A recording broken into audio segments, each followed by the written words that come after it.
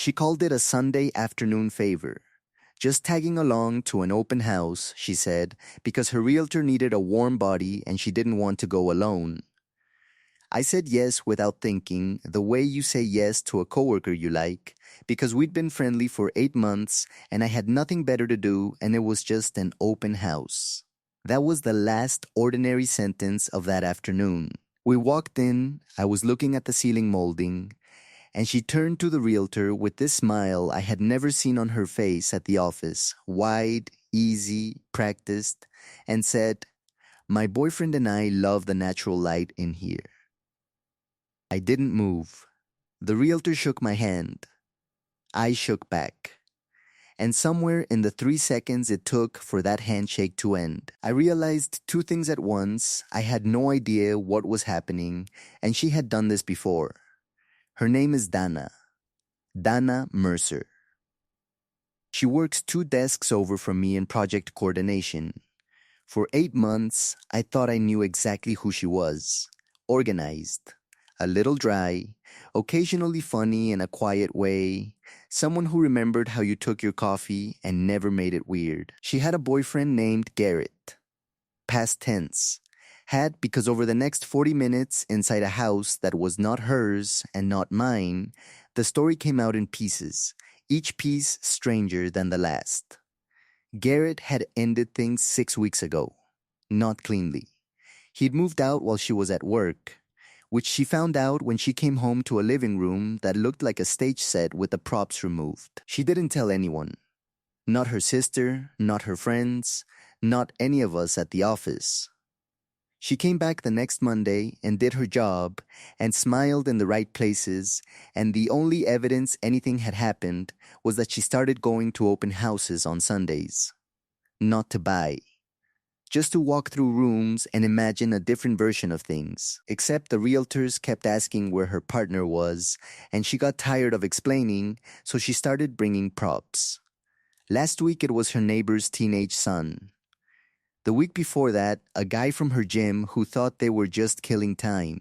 This week, without entirely meaning to, it was me. She told me this standing in someone else's kitchen, her hand on someone else's countertop.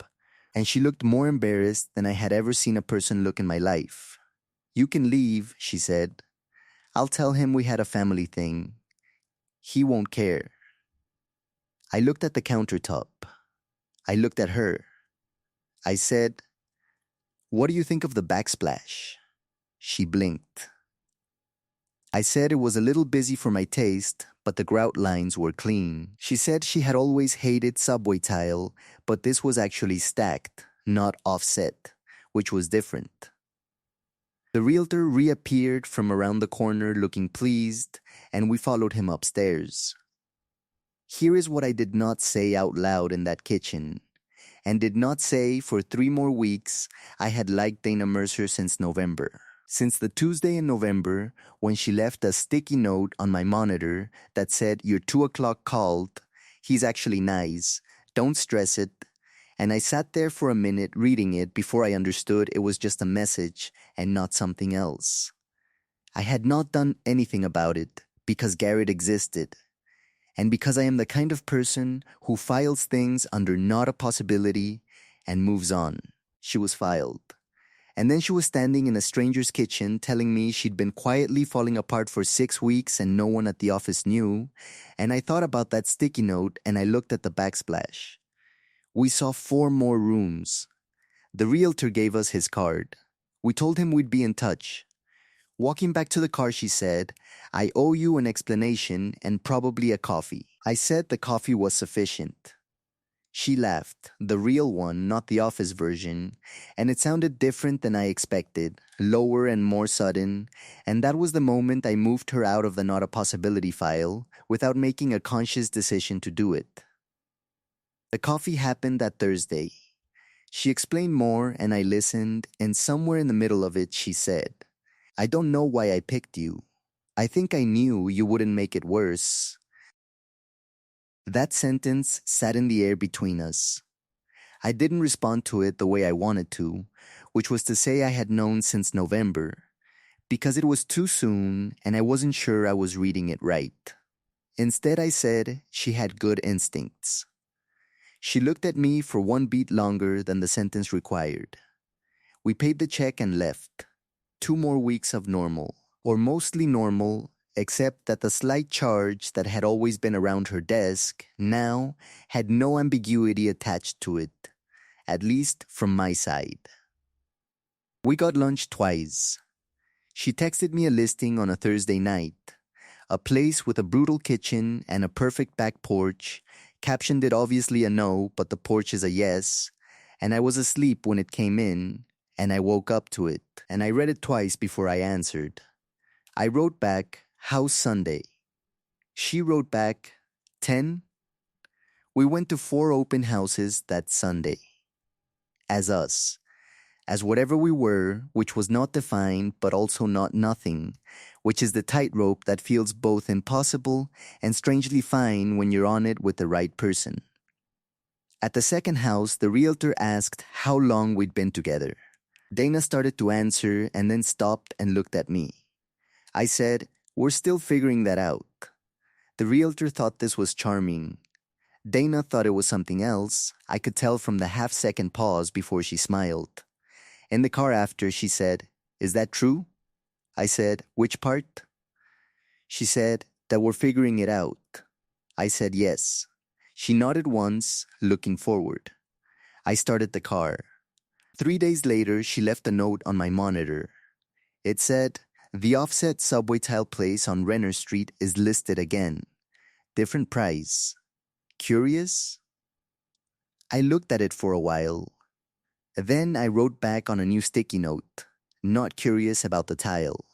Still yes. I put it on her desk when she was in a meeting. I sat back down at my own desk and did not look up for 11 minutes, which is exactly how long it took for her to come back, read it, and appear at the edge of my desk with the expression she reserves for things she doesn't have words for yet. She picked up a pen off my desk, not hers, mine, and said, "Sunday?" I said yes before she finished the word. That is where this story is right now. We have seen 16 open houses. We have not put an offer on any of them, because that is not actually the point. Last Sunday, we walked through a converted Victorian on the east side, original floors, terrible bathroom, one window in the kitchen that faced a brick wall, and one in the bedroom that faced a garden. And in the garden window, we stood next to each other looking out at someone else's roses, and she said, "If this were real, I'd say yes." I didn't ask her what she meant by real. I put my hand over hers on the windowsill. The realtor was downstairs explaining square footage to no one. She didn't move her hand. I don't know what the house is going to look like. I know she hates offset subway tile, and I know she will text me listings at midnight. And I know the sound of her actual laugh, and I know that she picked me, out of everyone, for the Sunday she finally stopped pretending. That is more than I had in October. That is more than I expected from a coworker and an open house and a realtor who shook my hand and assumed. Sometimes the person who quietly made room for you without announcing it is the person you were already making room for without knowing why. And sometimes it takes a stranger's house and a borrowed roll and a backsplash nobody wanted to see what was already there. Have you ever said yes to something small and found out it was actually the thing that changed everything? And is there someone in your life right now who already knows exactly how to make your worst week survivable? Someone you might have filed away without realizing they were filing you away too.